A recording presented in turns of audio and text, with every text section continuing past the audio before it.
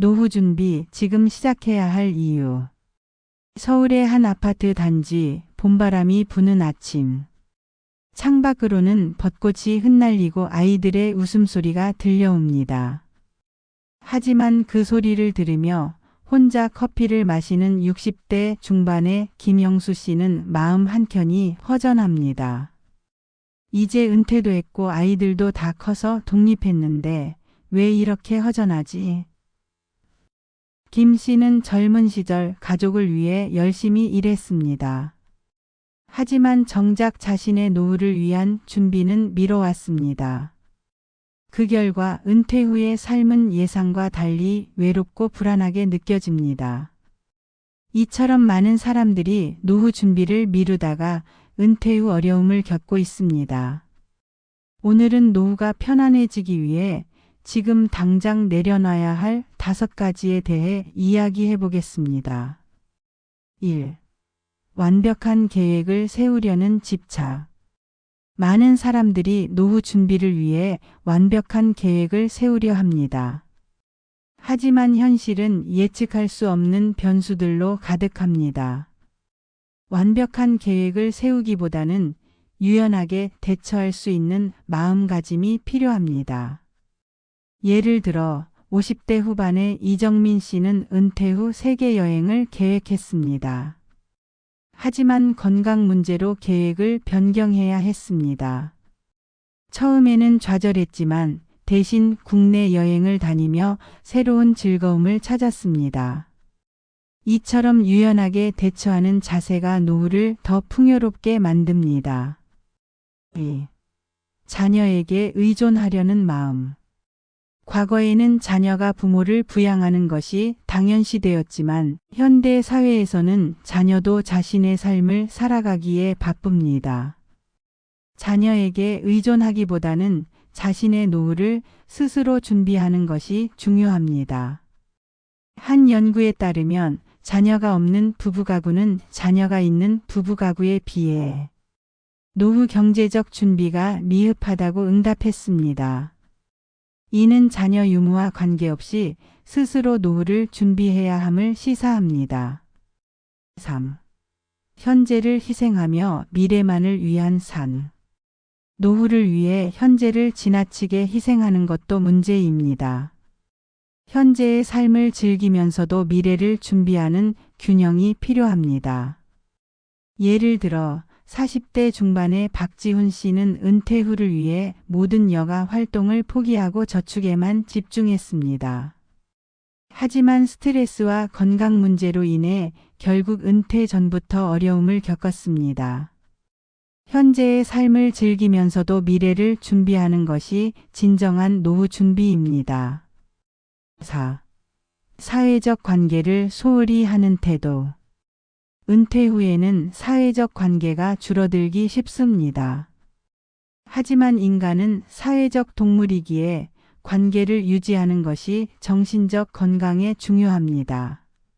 한 연구에 따르면 정서적 노후 준비와 사회적 노후 준비가 잘 되어 있을수록 행복감도 높은 것으로 나타났습니다. 따라서 친구, 가족, 지역 사회와의 관계를 지속적으로 유지하고 발전시키는 노력이 필요합니다. 건강을 당연시하는 생각. 건강은 노후의 가장 중요한 자산입니다. 하지만 많은 사람들이 건강을 당연시하며 정기적인 검진이나 운동을 소홀히 합니다. 예를 들어 60대 초반의 최영희 씨는 건강에 자신이 있어 정기 검진을 받지 않았습니다. 하지만 갑작스러운 질병으로 인해 치료비와 생활비에 큰 부담을 느끼게 되었습니다.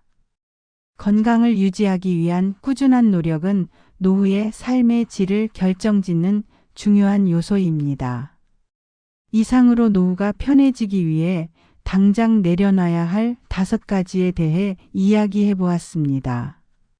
다음에는 각 항목에 대한 구체적인 연구 결과와 실제 사례를 소개해 드리겠습니다. 1. 완벽한 계획을 세우려는 집착. 은퇴 후엔 전 세계를 돌아다니며 살아야지.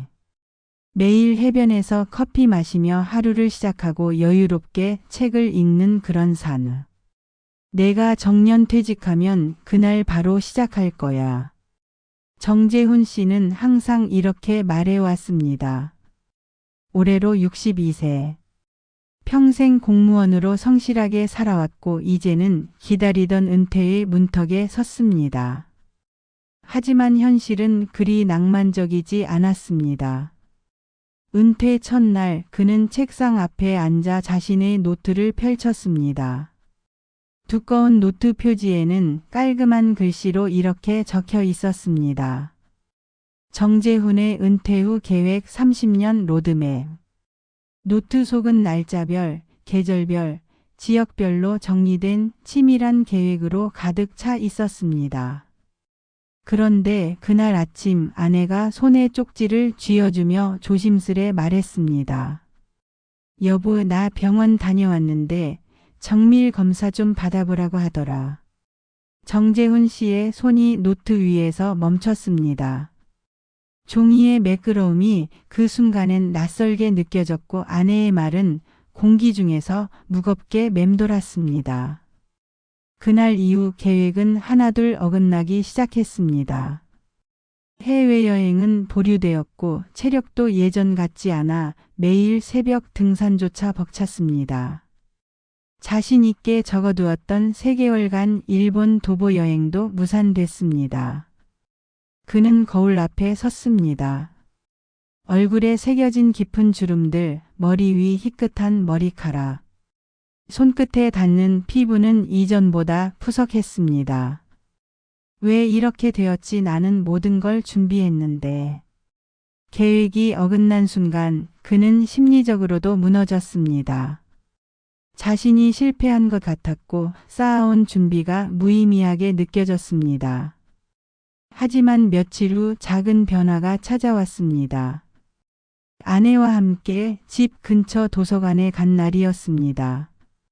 햇살이 따뜻하게 내리쬐는 오후 그는 우연히 예측 불가능한 삶을 살아가는 법이라는 제목의 책을 집어들었습니다. 그 책에는 이렇게 쓰여 있었습니다. 계획은 당신을 통제하기 위한 도구가 아니라 삶을 유연하게 살아가기 위한 참고서일 뿐이다. 완벽함에 집착할수록 인생은 불완전함으로 보복한다. 그 문장을 읽는 순간 그의 가슴은 묘하게 울렸습니다. 심장이 천천히 뛰기 시작했고 손끝에 닿는 책장의 거친 감촉이 새삼 선명하게 느껴졌습니다. 그날 저녁 그는 노트를 펴서 처음으로 지워야 할 계획 목록을 만들었습니다. 계획대로 되지 않아도 괜찮다는 마음. 지금의 상황을 그대로 받아들이는 용기. 그는 계획을 덜어내면서 오히려 마음이 가벼워지는 것을 느꼈습니다. 이 사례는 단순히 한 사람의 이야기가 아닙니다. 실제로 많은 중장년층이 노후 준비를 완벽하게 하려다 오히려 좌절을 경험합니다. 연구 결과로 보는 계획 집착의 문제점. 한국보건사회연구원에서 발표한 은퇴 후 삶의 질에 영향을 미치는 요인에 따르면 계획에 대한 지나친 집착은 오히려 스트레스를 증가시키고 실제 삶의 만족도는 낮추는 경향이 있습니다. 특히 계획이 어그러졌을 때 심리적 불안감과 자아 존중감 저하가 함께 나타난다는 통계가 있습니다.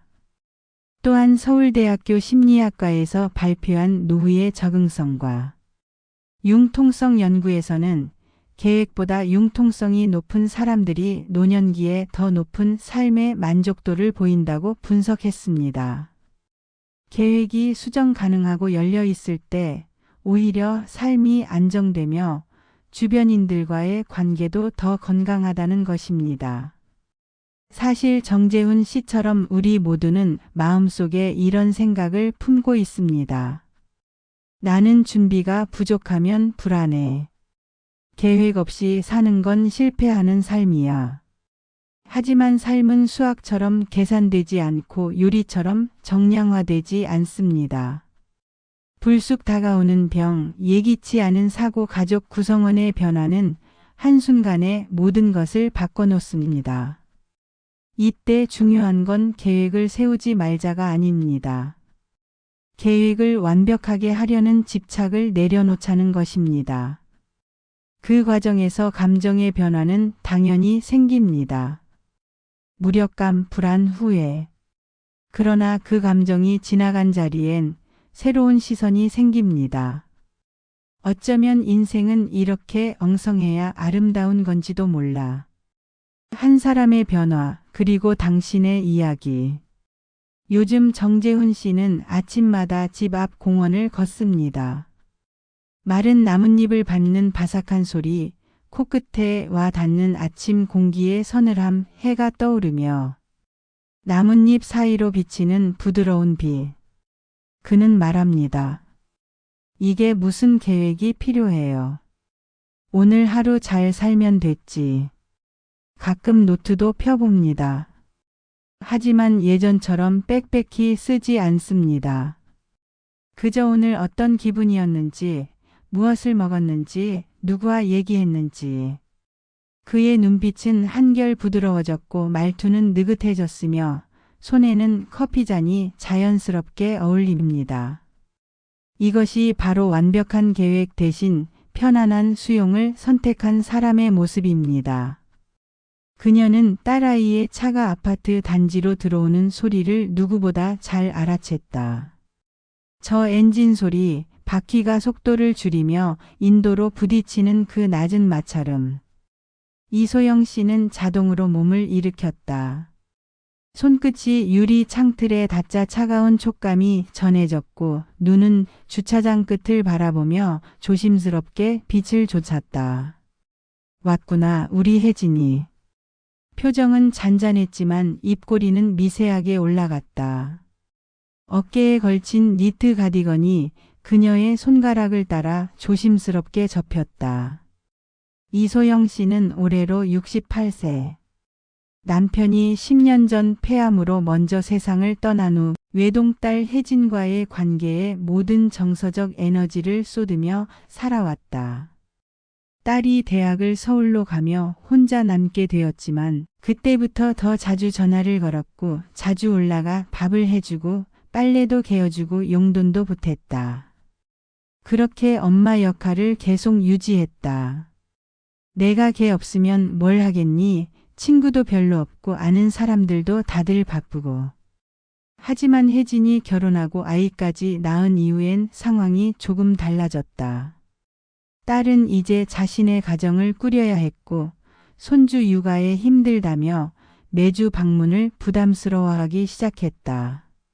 처음엔 이소영 씨도 이해하는 척했다. 그렇지, 바쁘겠지. 다음 주엔 내가 반찬 싸서 보낼게. 하고 말하며 미소를 지었지만 전화를 끊고 나면 안방 한가운데서 털썩 주저앉곤 했다. 무릎에 힘이 빠졌고 조용한 방 안에서 TV 소리만 떠돌았다. 그녀는 무의식 중에 달력을 펴놓고 혜진이 올 것 같은 날들을 표시했다. 비가 오는 날이면 딸이 감기라도 걸릴까 걱정돼 먼저 전화를 걸었다. 그러나 전화기 너머로 들리는 혜진의 목소리는 갈수록 짧아지고 있었다. 엄마, 지금 통화 어렵거든. 나중에 다시 얘기해. 수화기를 내려놓는 순간 고요 속에서 심장 박동 소리가 더욱 또렷하게 들렸다. 찻잔에 담긴 유자차의 따뜻함도 그날따라 위로가 되지 않았다. 내가 너무 기대했나? 그녀는 어느 순간부터 거울 앞에 서는 시간이 줄었다. 볼에 손을 대보면 윤기 없이 푸석한 느낌이 났다. 거울 속 자신의 얼굴이 낯설고 마음 한구석에서 묘한 수치심 같은 것이 올라왔다. 마치 필요 없는 존재가 된 듯한 느낌. 그때 이소영 씨는 가까운 복지관에서 우연히 연극 수업을 알게 되었다. 손녀가 다니는 어린이집 근처에 있다는 말에 마음이 끌렸고 몇 번을 망설이다 문을 열고 들어갔다. 처음 만난 사람들은 모두 낯설었다. 강사의 활기찬 목소리, 누군가의 우스꽝스러운 연기, 다른 할머니들의 웃음소리. 손끝에 땀이 났고 입술을 앙다물었다. 그러나 어느 순간 누군가가 그녀에게 말했다. 선생님, 목소리가 참 따뜻하세요. 주인공 역할 한번 해보시겠어요? 그날 이후 그녀는 매주 연극 수업을 빠지지 않고 나가기 시작했다. 자신이 맡은 배역의 대사를 밤늦게까지 외우고 거울 앞에서 표정을 연습했다. 딸에게도 조금씩 말투가 달라졌다. 엄마, 이번 주엔 연극 리허설 있어서 바빠. 다음 주에 보자. 처음엔 혜진이 어색해했지만 차차 그 말이 익숙해졌다. 전처럼 언제 올 거야? 라는 말을 하지 않게 된 어머니에게 혜진도 한결 편안함을 느꼈다. 서울대학교 사회복지연구소가 발표한 보고서에 따르면 은퇴 후 자녀에게 정서적 경제적으로 의존하는 비율이 높을수록 노인의 자존감이 낮아지고 자녀와의 갈등 빈도도 증가한다고 한다.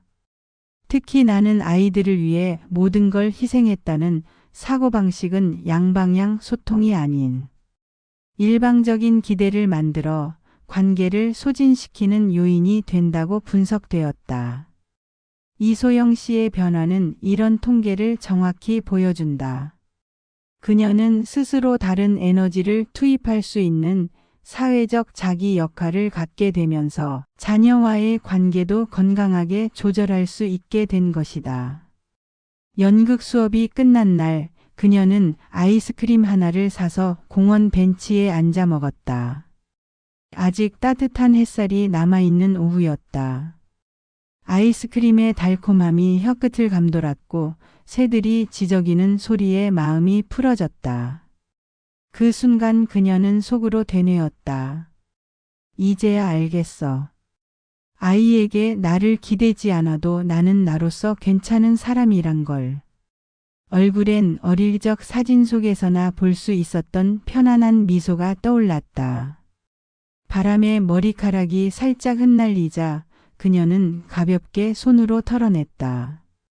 그녀의 어깨는 더 이상 움츠러들지 않았고 걸음걸이에는 자신감이 묻어났다. 딸에게서 온 보고 싶다는 문자도 이제는 고마움으로 받아들일 수 있는 마음의 여유가 생겼다.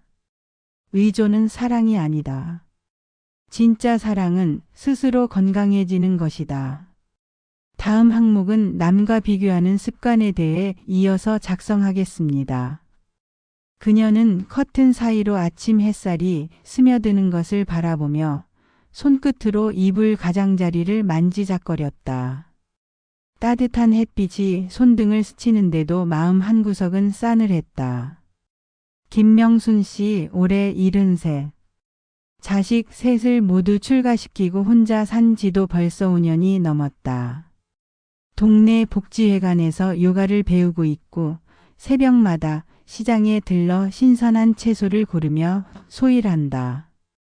누가 보기엔 건강하고 부지런한 노년이지만 그녀의 속은 늘 허했다. 거울 앞에 서면 자꾸 다른 사람이 떠올랐다. 옆집 김영자 씨는 며느리한테 선물 받았다며 새 스카프를 둘렀고 같은 동호회 최 여사는 손주랑 제주도 다녀왔다며 사진을 자랑했다. 핸드폰 화면 속 사진은 선명했다.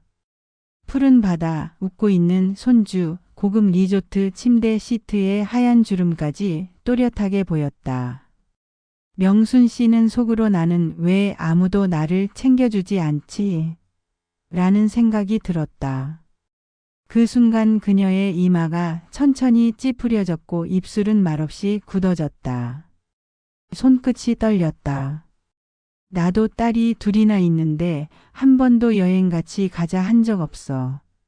뭐가 문제인 걸까? 이런 생각은 그녀를 자꾸 외롭게 만들었다. 마음 한편에서 자책이 올라왔고 다른 한편에선 억울함이 들끓었다. 내가 키울 땐 다 퍼줬는데 이제는 이기적인 애들 같으니 그렇게 혼잣말을 하다 눈가가 촉촉해졌다. 그녀는 자신이 괜히 남을 부러워하는 거란 걸 알았다.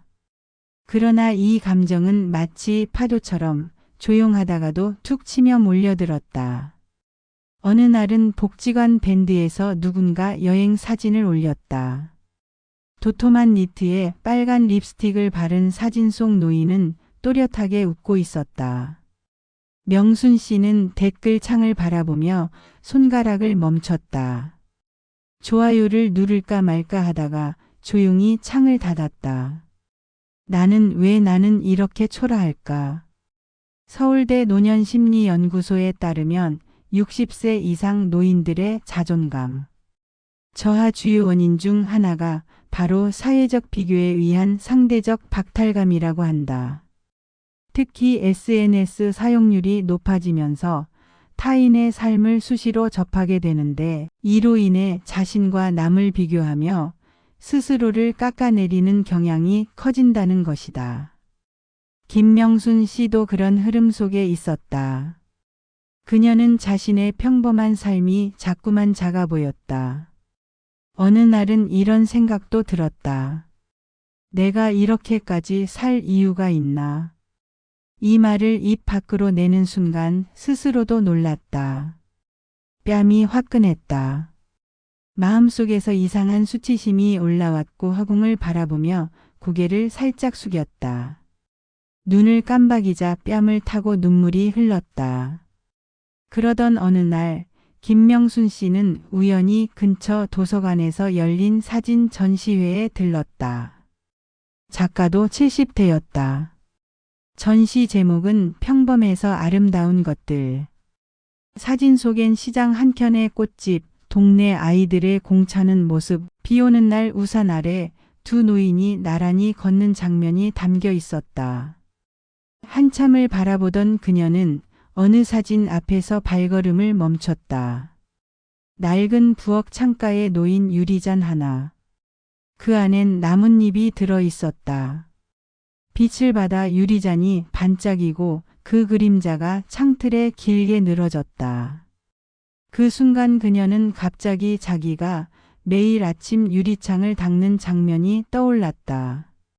햇빛이 들어오도록 커튼을 젖히고 손등으로 이슬을 닦아내는 그 조용한 순간들. 나도 저렇게 살아왔구나. 별거 없어 보여도 내 삶도 빛나는 부분이 있었지. 표정이 조금 풀렸다. 무겁던 어깨가 느슨해졌고 손끝에 힘이 빠졌다.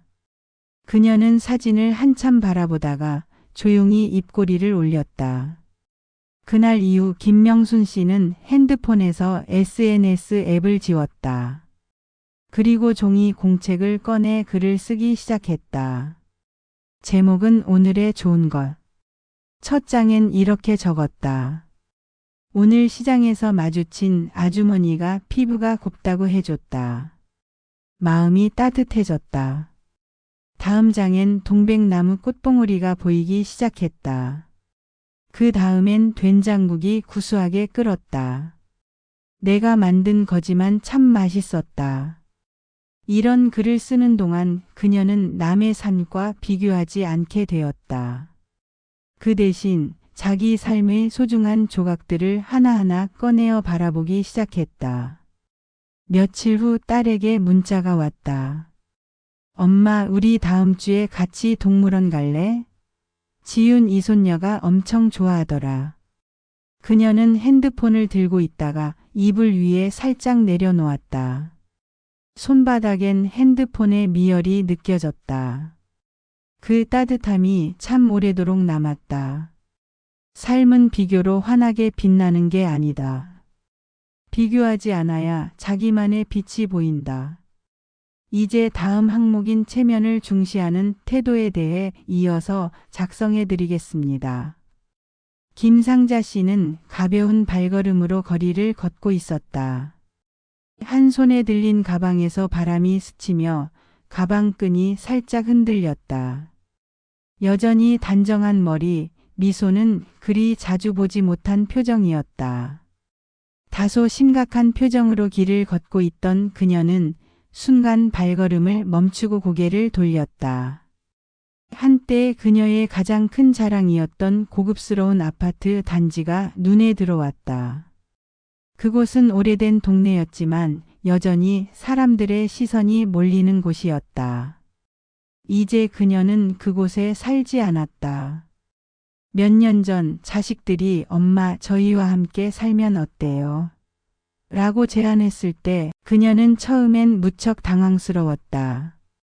물론 자식들이 잘 사는 집에서 편하게 사는 것도 나쁘지 않다는 생각이 들었지만 그 제안을 받은 순간 그녀는 자신도 모르게 가슴속 깊은 곳에서 무엇인가 끓어오르는 느낌을 받았다. 내가 이렇게 살면 안 되지. 그녀의 생각 속에서 체면을 지키려는 강한 욕구가 올라왔다. 거절을 한순간 마음속에서 뒤늦게 깨달았다. 체면을 지켜야만 하는 삶, 남들에게 자신을 어떻게 보여야 할지에 대한 끊임없는 불안함. 예전 같았으면 그런 제안을 받아들이고는 눈에 띄지 않게 조용히 편안하게 살았을 텐데 그때는 왜 그랬을까? 왜 자존심이 상했던 걸까? 그녀는 그런 자신의 마음을 다시 되짚어보려 했다. 몇 년 전 자식들이 대학을 다니고 그녀는 남편과 함께 하던 일들을 마무리하고 혼자서도 자리를 지키며 살아갔다. 그러다가 점차 사람들이 어떤 식으로 그녀를 바라보는지 눈치채기 시작했다. 동네 어른들이나 친척들은 가끔 만나면 아직도 그렇게 혼자서 라는 말을 던졌다. 그 말들이 점점 더 그녀의 마음에 불안을 심어주었다. 그녀는 가끔 이 말을 들으면 마치 자신이 타락한 사람처럼 느껴졌다. 혼자 사는 게 뭐가 나쁘다고. 그녀는 이런 생각을 하면서도 실제로 자신의 삶에서 불편한 점들이 많이 느껴졌다. 주말마다 빈집에 돌아와 혼자 저녁을 먹고 창문 너머로 먼지 쌓인 도시 풍경을 바라보는 일상이 반복되었다. 그런 일들이 자꾸만 그녀의 마음을 불편하게 만들었다. 아무리 외출을 해도 집에 돌아오면 그 고요한 분위기에 어쩔 수 없이 움츠러들곤 했다. 그녀의 표정은 무겁고 입술은 꽉 닫혀 있었다. 자식들에게서 떨어져 나와 살기 시작한 첫 몇 년은 오히려 자신에게 주어진 자유에 감사하며 보냈다. 하지만 시간이 흐를수록 남들은 어떤가라는 궁금증이 자주 떠올랐다. 가족과 함께 지내고 있던 친구들, 자식들이 행복해 보이는 모습을 보면서 그녀는 점차 나는 이렇게 살아도 괜찮은 걸까?